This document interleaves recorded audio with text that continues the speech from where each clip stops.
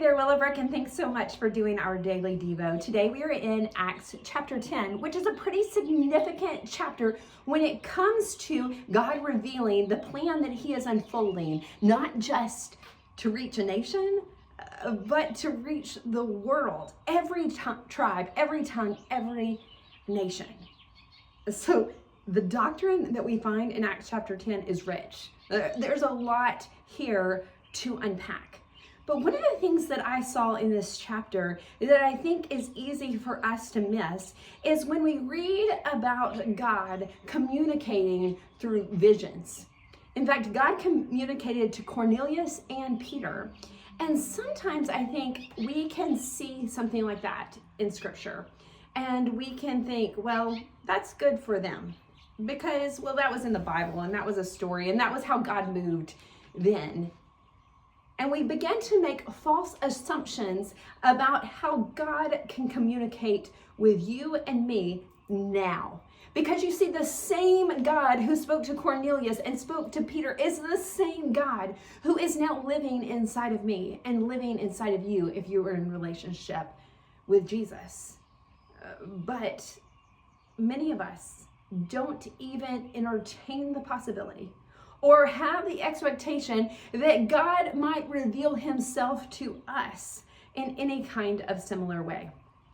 But one of the things that is happening here, and one of the reasons I think that we don't even expect God to move, is that we only see the dramatic, the vision, which is dramatic and which is powerful and which is divine, and we miss that it happened in the mundane.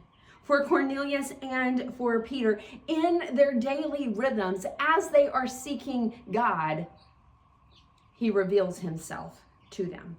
And so, let me ask you, do you hear from God? Do you see God? Because he is still in the business of revealing himself to us.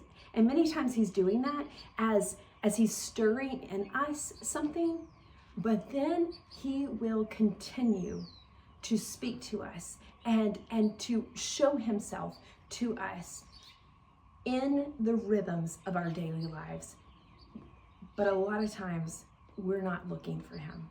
A lot of times we're not listening for him. Jeremiah 29, verse 13, it actually says, "Seek me and find me when you seek me with all your heart."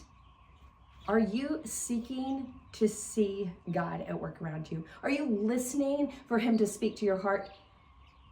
He will, but then you have to respond. And that's what happens with Cornelius and Peter. They didn't just get a vision from God, they responded to that vision. So as you go through your day today, know that God, man, he absolutely speaks to you through his word. But he's also speaking to you through your circumstances. And many times what we're looking at is the actual circumstance. We're looking at things that aren't working like we want them to. We're looking at just the plain earthly things around us, and we're forgetting that the spiritual is at work. It is at work around you. And the more you acknowledge it, the more you call it out, the more you will know what it is to hear from God and then respond to it. And that may seem crazy to you, but we're not walking a walk of logic. We are walking the walk of faith, meaning that sometimes it's gonna seem a little crazy, but God works and he speaks and he is doing powerful things and he's inviting us to join him in them. And so we've got to be looking. We've got to be listening. We've got to be seeking him. And he tells us that when we seek him, he will be found by you. He's not hiding. He wants to reveal himself. Go look for him. Acknowledge him. Listen when he begins to stir your heart, because he's a God who still moves in powerful and dramatic ways. And sometimes it's happening in the most mundane places of your life. Willowbrook, I love you, and I hope that you'll have a happy Wednesday.